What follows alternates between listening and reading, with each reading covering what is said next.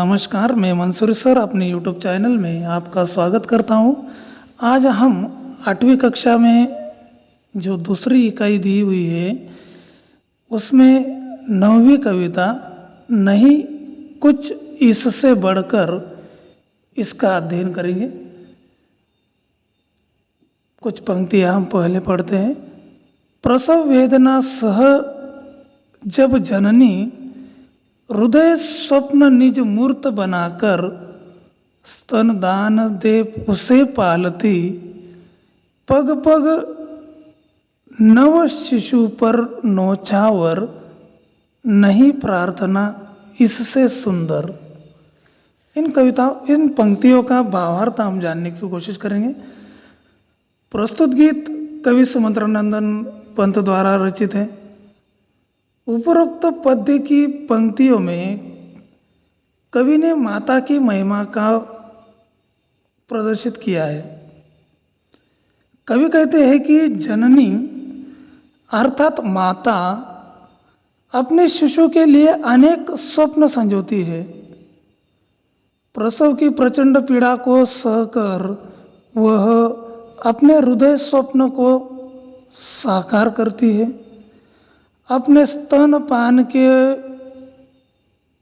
से पाल कर एवं अपने रक्त से सींच कर वह अपने बच्चे को बड़ा करती है।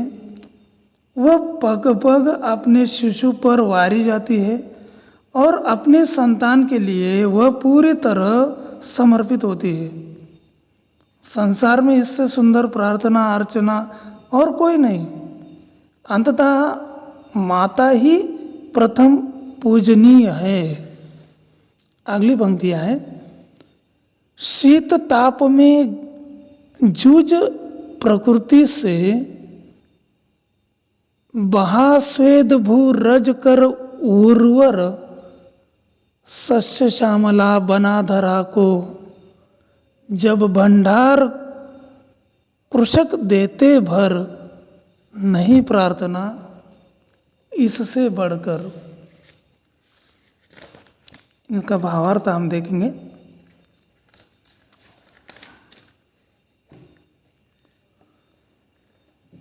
प्रस्तुत पंक्तियों में कवि ने कृषक अर्थात किसान के अनन्य योगदान को दर्शाकर उसकी महिमा मंडित की है।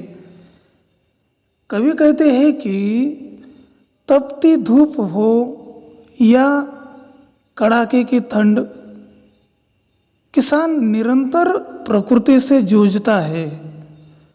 अथक प्रयास से खून पसीना बहाकर वह भूमि को उपजाऊ बनाता है। कड़े संघर्ष से वह धरती पर लहलहाती फसल उगाता है और विश्व को अन्न के भंडार से भर देता है। वही सृष्टि का अन्नदाता है और अन्न से ही मानव का पालन होता है। कवि के अनुसार इससे शुभ कोई प्रार्थना नहीं। निश्चित ही किसान पूजनीय है। अगली पंक्तियां। कलाकार कवि वर्ण वर्ण को भाव तुली से रच सम्मोहन, जब अरूप को नया रूप दे भरते कृति में जीवन स्पंदन नहीं प्रार्थना इससे प्रियतर। प्रस्तुत पंक्तियों में कवि ने कवियों का गौरव गान किया है। कवि कहते हैं कि कलाकार अथवा कवि भावनाओं और भाषाओं की तुलिका में सम्मोहन भरकर कवि अक्षर अक्षर को जोड़कर शब्दों को नया रूप प्रदान करते हैं। बिखरे हुए शब्दों का कृति के रूप में संयोजित कर कवि अपनी रचना में जीवन स्पंदन भर देते हैं। अर्थात अपनी रचना के माध्यम से वे जीवन के यथार्थ को दर्शाते हैं।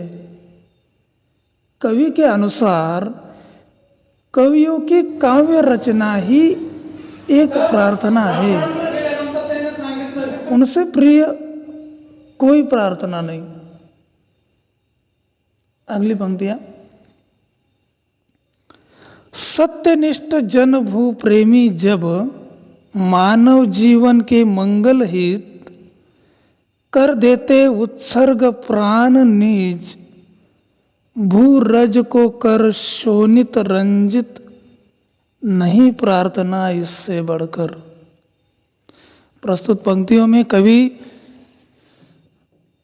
बलिदानी और परहित अभिलाषी व्यक्तियों के गौरवशाली व्यक्तित्व पर प्रकाश डालते हुए कहते हैं कि जो व्यक्ति सत्यनिष्ठ है, जो अपनी मातृभूमि से प्रेम करते हैं और मानवता अथवा समाज हित में जो अपने प्राणों का बलिदान तक दे देते हैं, ऐसे व्यक्ति निश्चित ही वंदनीय है।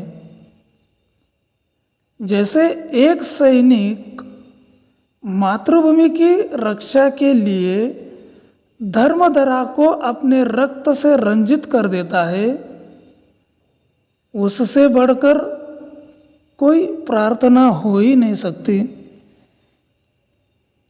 अगली पंक्तियां हैं। चक चक जीवन मधुरस प्रतिक्षण, विपुल मनो वैभव कर संचित, जन मधुकर अनुभूति द्रवित जब, करते भव मधु छत्र विनिर्मित, नहीं प्रार्थना इससे सुनिश्चित। प्रस्तुत पंक्तियों में कवि ने जीवन के संग्राम में संघर्ष से निर्मित अनुभव रस से नव पीढ़ी को सिंचित करने वाले सफल व्यक्तियों का गुणगान करते हुए कहते हैं कि अथक संघर्ष निरंतर प्रयास से जीवन में अनुभव में मधुरस को प्राप्त किया जा सकता है। व्यक्ति वैभव अथवा यश प्राप्त करते हैं। इस तरह अनुभव के मधुर रस से अपनी नव पीढ़ी को सींच कर अर्थात बांट कर एवं अपने प्रयासों से नव युग का निर्माण कर आने वाली पीढ़ियों के लिए यश का मार्ग प्रशस्त करते हैं। इससे पवित्र कोई हो ही नहीं सकता। इस गीत के माध्यम से कवि ने माँ कृषक, कलाकार, कवि, बलिदानी पुरुष एवं लोक के महत्व बताते हुए कहते हैं कि यह सभी व्यक्ति समाज देश के हित में सदैव तत्पर रहते हैं। अंततः इन सभी की पूजा से बढ़कर दूसरी कोई पूजा हो ही नहीं सकती। इस संदेश को कवि दुनिया को बताना चाहते हैं। धन्यवाद।